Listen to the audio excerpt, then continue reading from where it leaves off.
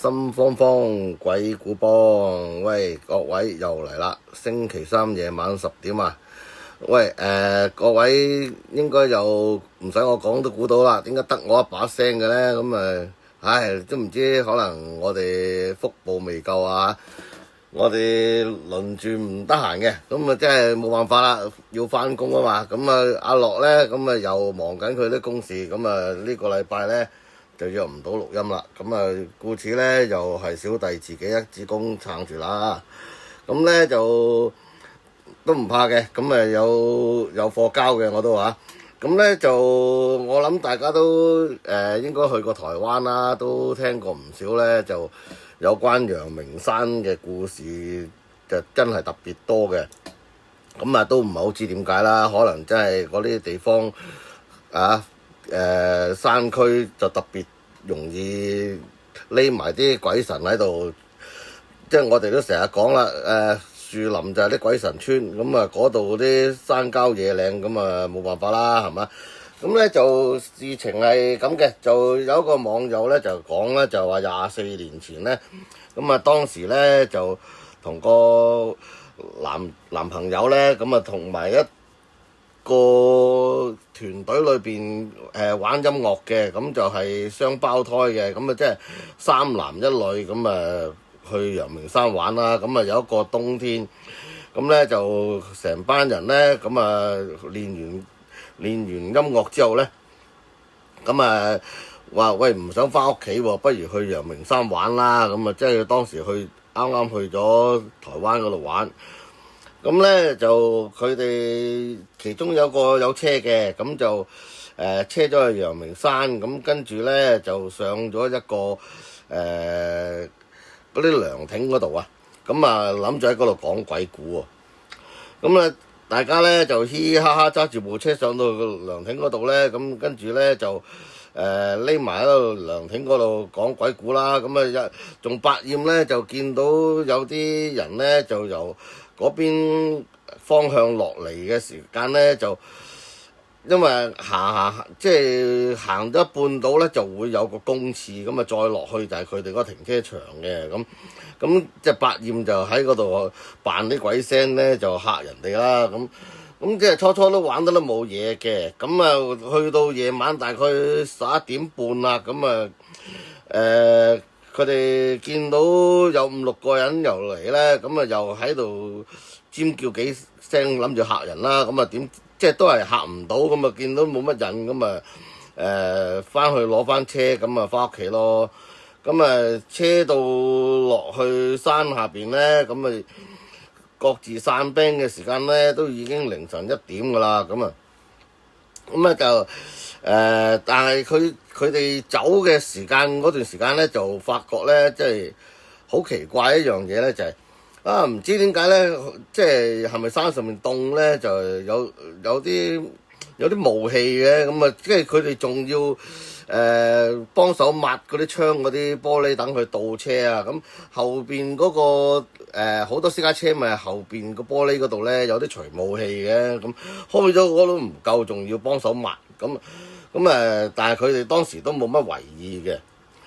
直到佢哋翻到屋企，即係佢住嗰個位置呢，叫龜山。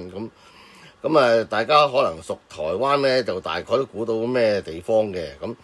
咁呢，就佢哋去到龜山嘅時間，啱離開停車場嘅時間呢，佢男朋友呢，就同佢哋講呢，就話喂，見到有個得一半嘅人喎。跟住佢哋即係都唔敢講啲咩，就各自翻屋企。仲個男朋友就送埋佢呢個女仔翻到屋企嘅。嗰陣已經成2-3點噶啦。咁呢個女仔呢，走去沖涼嘅時間呢，仲沖下呢，就聽到有啲男人嘅笑聲喺個窗口出邊，即係好詭異咁笑咗2-3次。跟住呢，佢梗係驚噶嘛，即刻噼哩啪啦咁沖完涼呢，走翻屋企咯。跟住呢，佢就諗起嗰個半個身嘅人喎。佢嗰陣再照一照鏡，但係呢，就都係梗係冇乜特別嘢啦。咁但係咧就發現咧個手踭嗰度咧有個好明顯嘅手印嘅，好似俾人碾瘀咗咁嘅。咁跟住咧佢都唔理咁多啦，瞓咗覺先啦。瞓醒之後咧，咁佢媽媽咧就發現佢嗰個傷口啊，咁有點解有啲咁嘅瘀痕嘅咧？咁跟住佢就同佢阿媽講咗啦，佢阿媽就已經發覺喂唔對路喎，咁啊即刻帶佢去廟嗰度拜神啦。咁跟住嗰個廟入邊個師傅就話喂夜晚啊，喺嗰個涼亭嗰度係聚陰㗎，咁你啊仲要得一個女仔啊，唔跟你跟邊個啊？你仲喺嗰度嘈住人哋，咁人哋咪教訓你咯。咁啊跟住幫佢做咗啲嘢之後咧，咁就一切回復翻正常啦。咁但係就呢個女仔咧，就以後都唔夠膽亂講嘢啦，同埋咧即係都唔敢去啲咁夜嘅地方。咁咧就另外咧就啱啱過咗中秋啦，咁咧就想講一單咧，就係有關嗰個中秋其中一個傳說嘅，就喺70年代發生嘅。咁咧就1971年啦，咁10月3號咧中秋節，咁咧就喺大埔咧一條村叫南坑村啦，咁就晏晝嗰陣咧，咁啊成條村即係嗰個年代特別啲中秋氣氛就特別濃厚噶嘛，咁就因為個個都好重視呢啲傳統節日噶嘛，當時即係香港都比較傳統啦。咁啊，我諗同我咁嘅年紀嘅大家都會知道我講緊嗰個情況係點噶啦。咁啊，上上下下都準備過節嘅。咁啊，其中有一個姓胡嘅女仔同一個姓梁嘅男仔，咁啊個女仔係8歲嘅，男仔係6歲嘅。咁啊兩個係鄰居嚟嘅。咁啊嗰個年代特別住村嗰啲咧，咁咧左鄰右里啲關係相當密切噶嘛。咁啊我嗰個年代都係嘅，咁啊差唔多成棟樓個個都識嘅。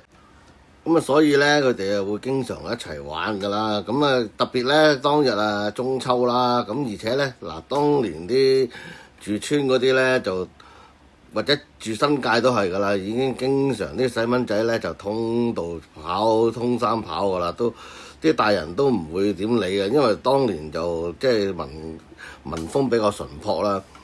咁咧就呢兩個朋友仔咧都係啦，咁啊住南坑村嘅村民啊，梗係對四周嘅山頭小路咧相當熟悉啦，即係講得誇張啲，即係眯埋眼都識得翻屋企噶啦，即係所以都冇乜值得擔心噶啦。咁啊當日就中秋啦，咁啲大人啊準備過節，咁啊好多嘢做啊嘛，咁啲細蚊仔咪自己通山跑咯。咁咧就當日咧就都係一樣咁，佢兩個出咗去玩。咁啊但係去到黃昏啊，太陽就嚟落山啦，咁啊兩家人都仲未見呢兩個細路仔喎。咁咧就即係咪分頭去揾咯，因為開始都已經天黑啦。咁啊佢哋又知道佢哋當日咧，因為中秋咧兩個咧就攞住個燈籠，就帶埋隻唐狗仔咁啊出去玩嘅。咁啊周圍揾，咁啊即係佢哋就諗啦，喂，就算入黑咁，佢哋都應該人唔識翻屋企，隻狗都識得帶佢哋翻嚟啊嘛，點解又揾唔到咧？咁啊，於是咧咁啊搞到嗰日都冇心機過節啦，因為即係揾唔到兩個細路仔，係擔心啊，唔知係咪出咗事。咁咧於是咧就四圍揾，好多人都一齊出去揾啦，都揾唔到，之後咧就最後就要報警啦咁。咁啊去咗第二日咧，警察啦、村民啦，就甚至連啲消防都嚟幫手揾。咁啊去到一個比較古怪嘅地方咧，就差唔多晏晝噶啦。咁啊係有個墳頭，好大型嘅墳頭，上邊咧就插住佢哋玩嗰兩個燈籠喎。咁啊，但係又唔見細路仔，又唔見狗喎。咁啊，到底咩事咧？咁即係佢哋附近都好熟噶嘛。咁即係就算兩個細路仔可能即係攰得滯，瞓咗覺又好，甚至即係大家有時出咗事咁，喂，唔見人都見屍啊，但係又唔連屍體又唔見，暈咗又冇揾到佢，咁啊於是即係唯有收隊啦，係嘛？都揾唔到嘛，咁啊，但係咧就佢哋就諗下啦，會唔會係俾啲遊魂野鬼帶咗上山啊？定係俾拐子佬拐咗佢咧？咁總之就都搞咗好耐都揾唔到。咁後尾咧就去到12月，咁啊12月4號嘅夜晚8點咧，即係喺附近都幾遠嘅一個附近啦，叫做一個九龍坑嘅村。咁啊有個農夫就報案喎，就話咧喺山頭上面咧有個細路仔嘅屍體腐爛咗嘅。咁咧就佢哋懷疑就係其中一個細路仔個女嘅嗰個細路仔咧嘅屍體嚟嘅。咁啊通知咗啲屋企人去揾啦。咁咧就去到咧就見到有一個嚴重腐爛嘅女仔。咁咧就淨係靠佢件衫去確認咯，就覺得係嗰個女仔啦。咁但係個男嘅去咗邊度咧？隻狗又去咗邊度咧？咁喺附近揾咗5個鐘頭咧，都揾唔到。咁而且咧，即係由南坑村咧行去呢個九龍坑咧，當年都幾遠嘅，要成5-6個鐘頭嘅。即係咁呢個細路仔咁細個，得個6-7歲，咁點樣會自己走咗去嗰度咧？咁啊，所以咧就佢哋即係當年就揾唔出答案㗎啦。咁啊諗下會唔會係一種就叫做打生樁嘅咧？咁因為要做啲基建，就將啲細路仔咁啊攞嚟做填咗落去嗰個打樁嗰個底嗰度，即係一種驗性嘅法術嚟嘅。咁啊，但係又真係揾唔出答案。咁啊，都變咗一個比較恐怖嘅傳聞啦，即係所謂咧鬼燈籠嘅故事啦。呢個就咁啊，接住落嚟咧就係一個佛教嘅高僧嘅靈異故事。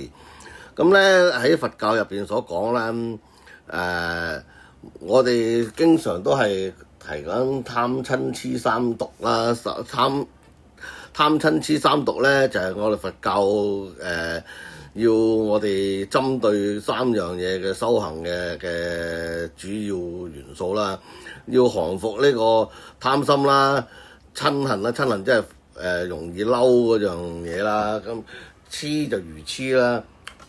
咁咧就有一個高僧咧就去行腳嘅。咁咩叫行腳咧？即係話咧四周雲遊，去參訪嗰啲寺院，去掛單做修行嘅。咁咧就佢去到一間叫做瓦官寺嘅地方掛單，咁咧就去禮拜修行呢個法華經嘅。咁啊有一晚咧半夜時間咧，咁啊肚痛，咁啊去廁所咯。咁啊去到廁所門口咧，就見到有一隻鬼企喺度。咁咧即係佢係高僧嚟噶嘛，咁啊一定係有啲德行噶啦。咁就呢隻鬼一見到佢咧，即刻五體投地喺度跪拜喎。咁呢個高僧就問佢：你做乜喺個廁所門口啊？你咁虔誠，點解會做咗鬼㗎？咁呢隻鬼咧就即係悲從中來啦。咁啊即係跪喺度講啦，就話我以前都係出家嘅，曾經咁當時喺寺院裏邊咧就負責香燈同知客嘅工作嘅。咁嗰段時間咧就唔小心犯咗啲戒律咯。咁所以死咗之後咧就做食糞嘅鬼啦。咁補充翻頭先少少，即係佛教裏邊所講咧，就係貪嗔痴3樣嘢咧，即係犯咗貪嘅罪業咧，就會墮為鬼；嗔嘅罪業咧就最嚴重嘅，即係如果發脾氣咧，死咗咧就會落地獄嘅。痴就係愚痴啦。如果你因為愚痴而造業嘅咧，就會做畜生嘅。咁呢個鬼就同佢咁講啦，就係話佢死咗之後咧，就做食糞便嘅鬼喎。咁跟住咧，佢就同呢個高僧講話：我知道大法師你咧德行好高嘅，咁啊唯有你嘅德才咧先至可以救到佢咁。咁呢個法師就話啦：咁你到底做咗啲咩壞事啊？咁呢隻鬼就話：我自己都唔清楚啦，我一定係犯咗戒律㗎，所以先至會受咁嘅報咯。但係都唔知犯咗邊條罪咁。咁呢個高僧就話咧，唔理犯邊條罪，都係身口意三業即係做嘅惡業㗎啦。咁你有冇曾經犯過殺盜淫三樣嘢啊？咁呢個鬼就話：我出家之後都冇做過殺盜淫嘅惡業喎。咁啊，跟住佢再問啦。咁你有冇犯咗口業啊、妄語啊、綺語啊、兩舌啊、惡口啊咁？咁呢隻鬼又諗一諗啊，妄語又冇喎，就惡口就難免啦。兩舌咧都難得係清淨嘅，綺語就唔敢話完全冇咁。咁跟住個高僧就話：咁心意方面咧，你有冇犯過貪嗔痴啊？咁啊，隻鬼又諗下。好有可能係貪心啦，呢個就係我嗰啲毛病啦。以前做香燈之客嗰陣咧，難免就面對好多人嘅。咁咧，我有時都生起唔清淨嘅心，貪咗嗰啲香油嘅供養，貪咗啲供奉嘅金錢。但係呢個貪應該可能係我最大嘅罪孽啦。嗔都冇辦法控制，痴都有咁，因為我智慧未開。成日都有煩惱，我諗我啲業咧可能就犯喺口業同意業啦。咁跟住咧，佢就真係想改過嘅，咁啊向高僧講話：我知道錯啦，請法師咧就代我做功德啦。咁佢就話咧，就佢喺嗰棵柿樹啊，即係林柿嘅樹下邊咧，有3000錢喺嗰度，希望你幫我揾人掘佢出嚟啦。幫我做啲好事，救下我啦。咁呢個高僧咧就到天光咧，就真係揾人去攞個鋤頭去嗰棵林柿樹下邊掘，就真係有3000錢喺度。咁跟住咧，個法師咧就用嗰3000錢咧就幫佢寫咗部《法華經》，咁啊剩低嗰啲咧全部攞去捐俾啲窮人。咁啊過咗一個禮拜之後咧，咁嗰個鬼咧又走咗嚟高僧嗰間房嗰度。就向佢頂禮答謝咯喎！我嘅業咧已經轉輕咗啦，比之前咧好咗好多啦。我會繼續精進，再努力脫離鬼身噶啦。希望將來翻人道，好好修行。咁咧就頂禮完之後咧，隻鬼就消失咗啦。咁呢個咧就出自於宋朝嘅一個高僧嘅故事嚟嘅。咁咧就跟住咧係一個南丫島嘅故事，咁啊係一個南丫島嘅島民講嘅。咁咧佢就細個喺南丫島住啦，就同埋啲親戚都喺嗰度住啦。咁南丫島啲屋咧就啲村屋嚟噶嘛，都係3層嘅啫嘛。咁啊有一次咧就佢個堂表哥咧，咁入去探佢哋啦。咁咧就嗰啲大人咧就做自己嘢啦，打麻雀啊成啦咁咧就佢哋啲細路仔咧就喺頂嗰層，咁啊因為地下咧就係鋪頭啊嘛，中間嗰層就係廳嚟嘅，頂嗰層咧就係啲睡房，咁啊喺頂嗰層嗰啲睡房嗰度玩啦。咁啲大人就嗌佢：喂，你上去同啲小朋友一齊玩啦！咁佢死都唔肯上去喎。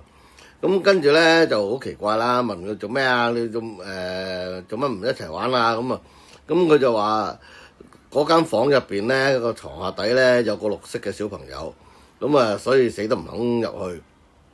咁咧呢個島民嘅爸爸咧都話咧確實係嘅。咁佢呢間屋咧就唔止一個綠色小朋友咁小事。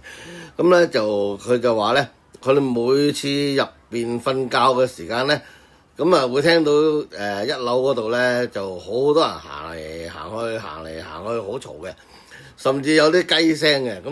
咁咧就有陣時佢忍唔住咧，咁一開門落去咧就想睇下咩事咧，又靜晒喎。咁啊入翻去瞓低咧，又聽到嘈喎。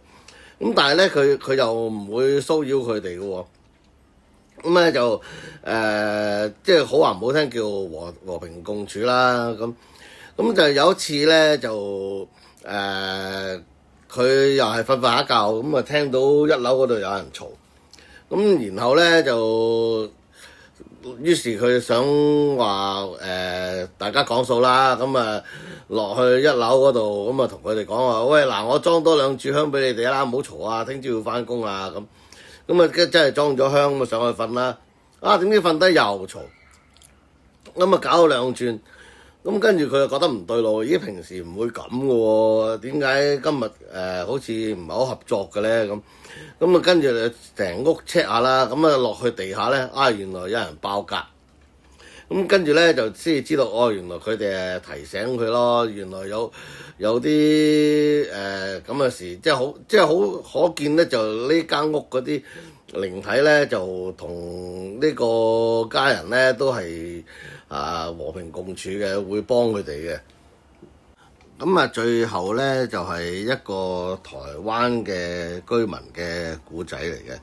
咁呢個故事嘅恐怖之處咧，就唔在於話有鬼啊，反而係最恐怖咧，就係呢個講呢個故仔嘅台灣女網友咧，佢嗰啲記憶力真係恐怖到連 BB 仔嗰個時期嘅記憶佢都有。咁咧就係佢話咧，就大約係2-3歲嗰陣啦。咁佢嘅記憶力咧都仲記得當時啲印象㗎。咁就話每次咧就係佢阿媽如果唔喺屋企啦，咁就得翻佢阿爸就餵佢食奶，撳佢瞓覺咁。咁佢就話咧，當佢去到咧半夢半醒嘅時間咧，就會見到有一個長頭髮戴口罩嘅阿姨咧，就陪佢玩喎，甚至會咧即係同佢玩之餘咧，會餵佢食餅乾啊。咁但係就唔係好出聲嘅。咁有陣時咧，就甚至會陪佢玩電腦嘅。咁但係咧，當佢阿媽差唔多翻嚟咧，咁佢呢個阿姨咧就會同佢講話，拜拜啦，我遲下再嚟同你玩下咁。咁跟住咧就到佢而家長大咧，咁啊同翻佢阿媽講啦，同佢阿爸講啦。咁但係咧就即係佢哋都冇辦法確認呢個係邊個。不過咧就直覺上咧就覺得佢似乎係佢姑姐，因為佢阿爸咧有個唔知家姐定係細妹咧就已經唔喺度啦，但係佢啲眼神係好似嘅。咁所以咧就懷疑呢個都可能係佢姑姐嚟啦。咁但係就始終真係唔知係邊個啦，因為其他人就確認唔到。咁佢甚至話即係睇翻 CCTV 都冇見到話有咩古怪喺屋企嘅，咁所以就都唔知邊個嚟咯。但係就對佢係咁好嘅，咁所以佢又唔係好驚咯。咁嗱，即係今日一連啊講咗幾個故事啦，咁啊都即係接近20幾差唔多30分鐘。咁啊，都係嗰句老土嘢啦。咁啊，一個人撐咧就真係講唔到咁耐嘅。咁啊，唯有睇下下星期咧會唔會同阿樂又多啲 chat chat， 多啲古仔交貨俾大家啦。咁啊，下星期3夜晚10點再見啦。鬼故幫心慌慌，拜拜。